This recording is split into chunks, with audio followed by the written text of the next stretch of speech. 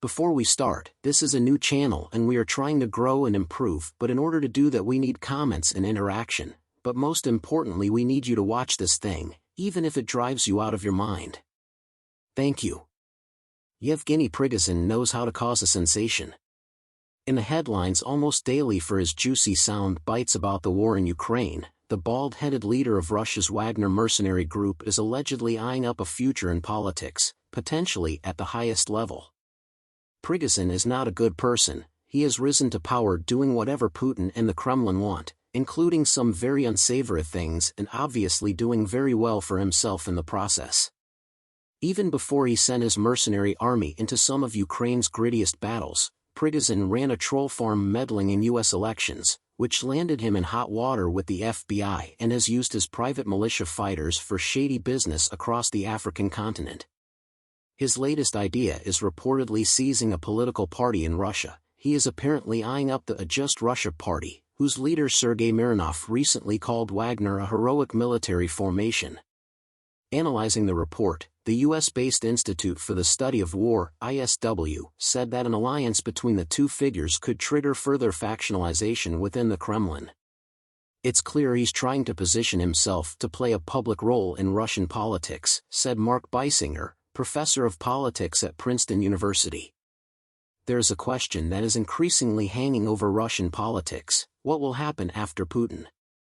Of course, his perceived success at Bakhmut has only helped to heighten the storm he has created within Russian politics. He has picked fights with the governor of St. Petersburg and attacked the military establishment over their campaign against Kiev, something that has landed many other Russians in prison or worse, and yet he remains free and able to continue with his attacks. In March, he openly defied the Kremlin's narrative that it was fighting Nazis in Ukraine, a false argument it has used repeatedly to justify the invasion, and has even gone as far as calling for the fighting to stop. He has regularly attacked senior leadership of the Russian Ministry of Defense, threatening them and insulting their families, and yet still he manages to skate free. He has managed to figure out ways to work the system, to always be on the edge of what is acceptable whilst continuing pushing those boundaries further out. He does not identify with the oligarchic elite but is an outsider to it. As wealthy as he now is, he still sees himself as a pseudo-savior of the Russian people and their ideals. Believed to hail from a working-class background, Prigozhin is thought to have spent 9 years in prison for theft, as the Soviet Union unraveled during the 1980s. His Concord catering company won $1 billion contracts to feed Russia's schools and military and host the Kremlin's banquets, widely believed to be where he first got access to Putin's ear, and where he picked up the alleged nickname Putin Chef. What I cannot find any information on is how the chef managed to acquire Wagner. One of the biggest obstacles to his alleged political schemes may be Prigozhin himself. It comes across that his thuggish ex-con personality gets the better of him and he tends to overdo it by angering some very powerful men. Some claim that the killing of prominent military blogger Vladlen Tatarsky in a bomb blast was a warning to him, as the pair were allies and it happened in a cafe he once owned. Then of course there's the question of whether his ambitions could help his enemies to drive a wedge between him and Putin. This wedge could free up space for them to operate more freely or to make their own political drive for more power, whilst putting a target firmly on his back. It's a very dangerous thing in the current environment to be talked about as someone who wants to be the next president.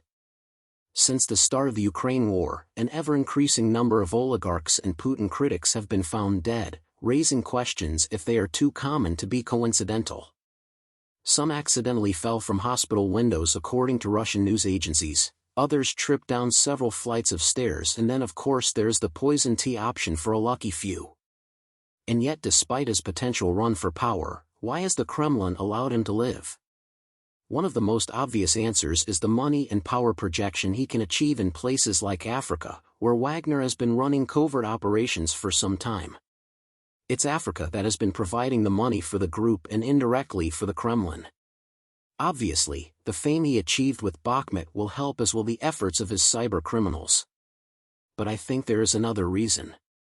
I think that in a lot of ways, he speaks for Putin. His tirades against Shoigu and Gerasimov have been a counterbalance, effectively giving Putin the opportunity to not comment on what has been an incredibly poor performance in Ukraine. In the gangster-type atmosphere that controls the Kremlin, he needs Shoigu and Gerasimov and so perhaps feels unable to attack them directly, rather getting his chef to do the dirty work. I also believe that given the rather unstable situation within Russia, it's Shoigu and Gerasimov that could do the toppling of Putin should they want to or deem it necessary. It's Prigozhin who could assist with propping him up should that be needed. Let's also not forget that should fingers need to be dirted, it makes sense for him and his company to do it, and this of course gives Putin a form of deniability that leaves him looking a tiny bit cleaner than he actually is. Now, some will say that Wagner represents a tiny threat to the Kremlin status quo. With a strength of roughly 30,000 regulars, they are small in comparison to the army with an estimated strength of at least 10 times that. There's of course the complete reliance on the army for things like ammunition and logistics, although we shouldn't be surprised if Wagner has started to acquire all of that on the black market and through other sources. I believe they would have learnt their lesson during the issues around Bakhmut by not relying on the army, who can use supply issues to apply pressure on the Wagner and indirectly their leader. Besides all of that, don't be surprised that the powerful see Prigozhin as a PR firewall. With Wagner largely becoming the story, they have managed to cover the poor performances of the army. Every time Wagner executes someone with a sledgehammer or Prigozhin calls for Ukrainian POWs to be executed, he makes the Russian army look like the good guys and they fade into the background. His very latest problem may be coming from the Chechens, who seem to have taken a very bad stance of his outbursts. The TikTok army are not the best people to annoy, and they have threatened to take over the Bakhmut region and publicly chastised his behavior. Words. Also, their leader Kadyrov may have more influence on Putin than his does. Yevgeny Prigozhin is a very bad dude and there are buckets of blood on his hands.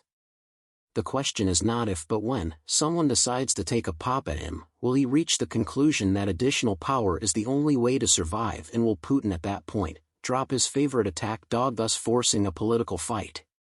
Or will Prigozhin slowly fade from vision as Wagner withdraws from Ukraine and focuses its attention on the more lucrative African continent? In conclusion, I think Prigozhin will see a further career in politics as a way to protect his legacy or simply to protect his ass, but it definitely won't be his first choice because he likes the filth way too much for the clean halls of power.